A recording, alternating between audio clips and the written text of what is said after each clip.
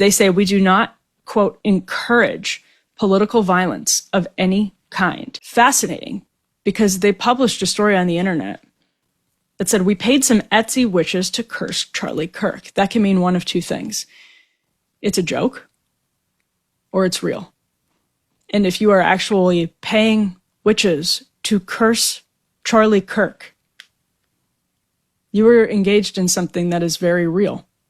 The supernatural, the spiritual world is real. Christians should be honest about how real it is, because if we are not honest about how real it is, people end up thinking that it's just a funny joke. You want to treat the audience to the unhinged fucking insanity from Emily Jasinski? Oh, God. Yeah, absolutely. I saved this. I couldn't believe this, man. Look, I'm not trying to be that rude, but I'm also not trying to be that nice either. It makes sense, though, right? Emily grew up to be afraid of black magic. You know, it has the word black in it, so she's running for the hills. All right. Well, first of all, we have to tell people what's going on here. They're talking about how there was this Jezebel article written where they supposedly paid some Etsy witches to put a curse on Charlie Kirk, and this happened like a week or so maybe before his assassination.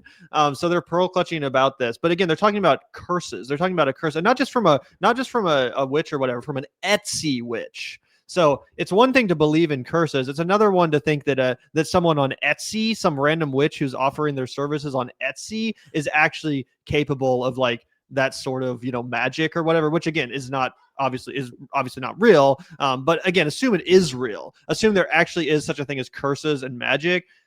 You think you're going to get that on Etsy? You think that's where you're going to go to fucking hire the services of some witch on Etsy? The witches are after Gavin. I don't know, but I believe in your powers, Gypsy.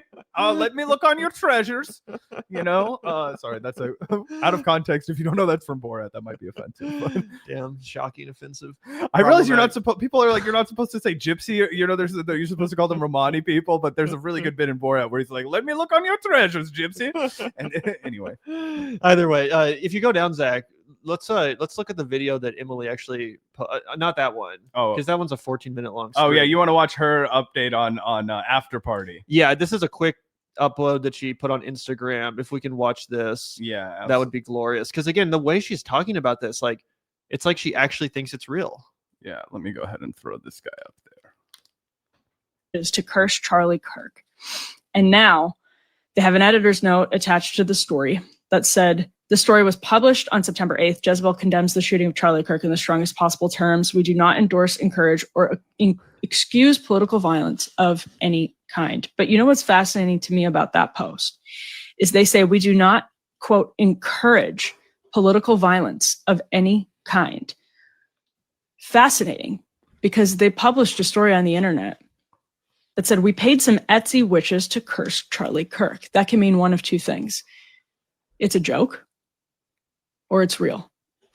And if you are actually paying witches to curse Charlie Kirk, you are engaged in something that is very real.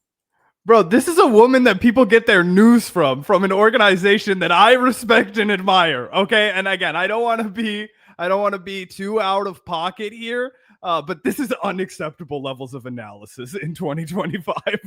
Yeah, no, it's genuinely unhinged. It's genuinely fucking unhinged. But what she's doing is she's trying to cash in on some of this crazy shit that people like Tucker Carlson are spreading, which is that actually demons are real and the UFOs are actually angels from heaven and all this stupid fucking bullshit. Remember we talked about the video where Tucker Carlson literally admitted to how he got assaulted by a demon, a literal demon. He wasn't like being metaphorical. He literally claimed to have been assaulted in his sleep by a demon. With scars all over my body. In a cold sweat. Never sweat while I slept my entire life.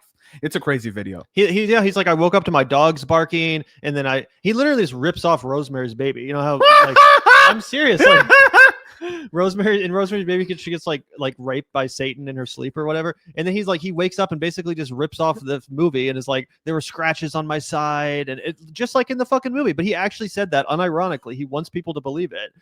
So now Emily sees that and she's like, well, I guess I also have to pretend to believe in magic, and I guess we're going back to the fucking dark ages and shit. If you look at this, Zach, you can see here, this stuff goes fucking deep. So here's some random person. If only there was a book about why this would be happening. And Emily says, found one. So obviously this guy's referencing this book, Pagan America, The Decline of Christianity and the Dark Age to Come.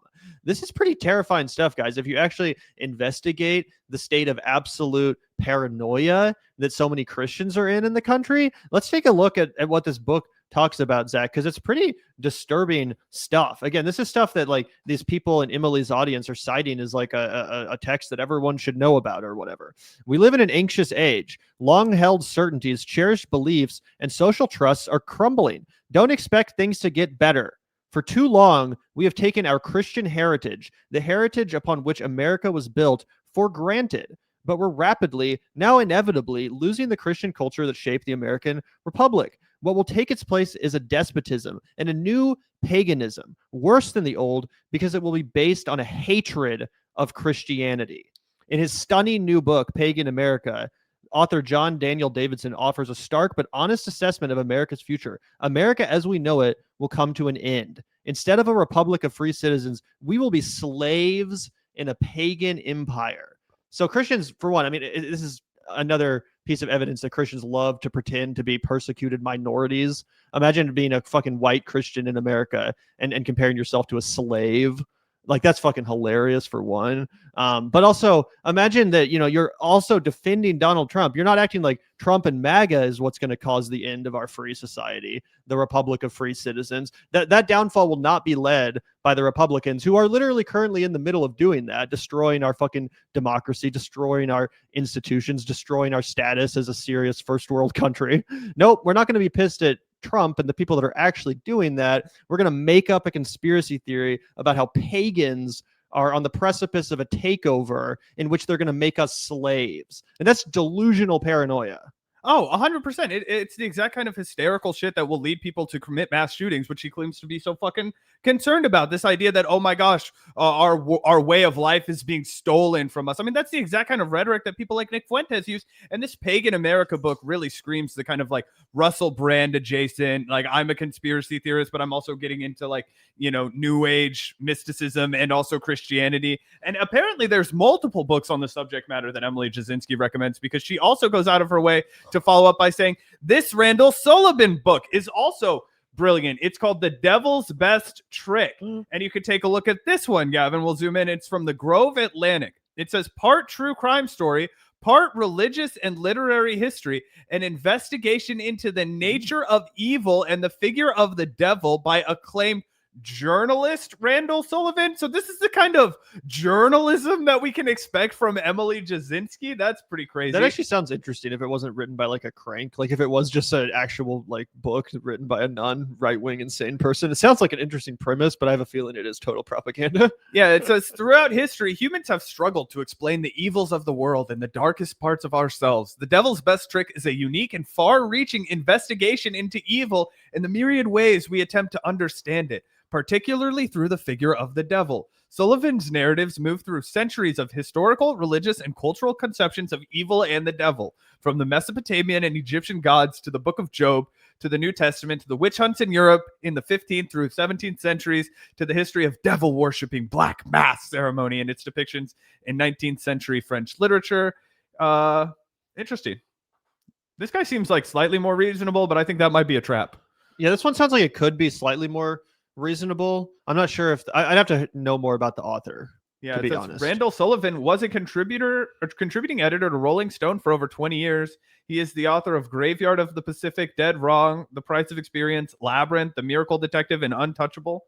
Yeah, he probably is a kook, but anyway, this is another book that Emily was recommending. He's thinking a lot about the devil. Yeah, it's very interesting. But yeah, this is a total throwback. Honestly, what it reminds me most of is before, if you guys can remember, if you were even fucking, alive back then, it seems like so long ago. But there was a time when, before she was held up as a hero by the right wing, J.K. Rowling was hated by the right wing for promoting witchcraft. I remember I grew up next to some kids that I would play with sometime when I was younger, and I would try to like, I was a huge Harry Potter fan growing up. So I'd be like, let's play Harry Potter. I had a wand and I'd pretend to, be a wizard and all that shit.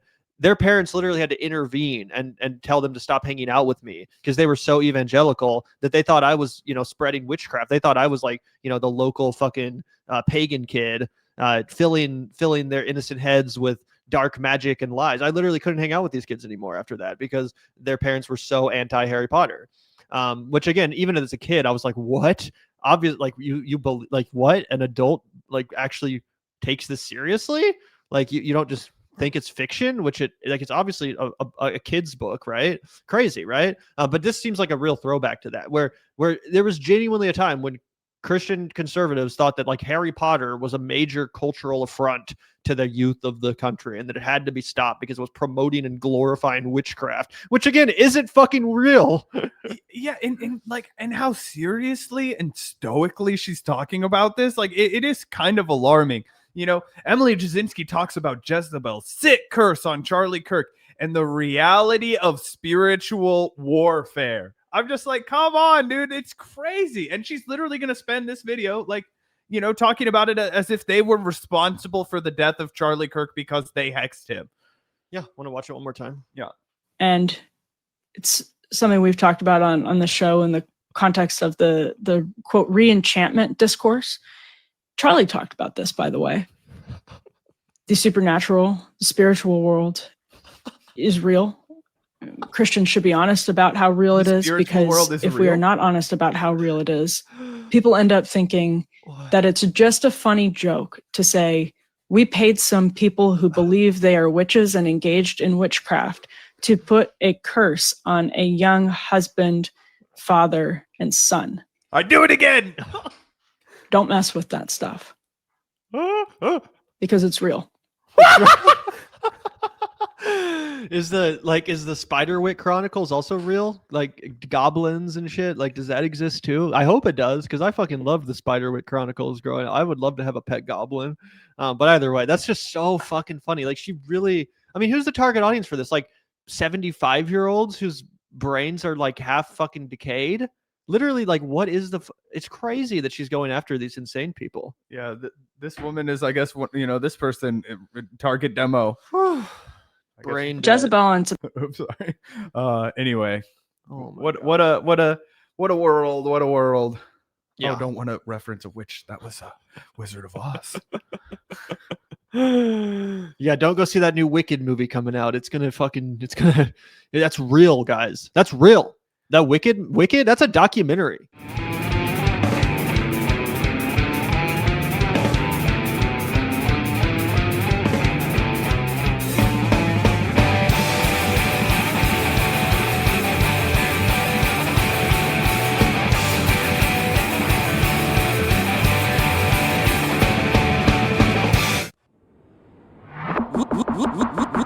Look out the door if you hear an ambulance.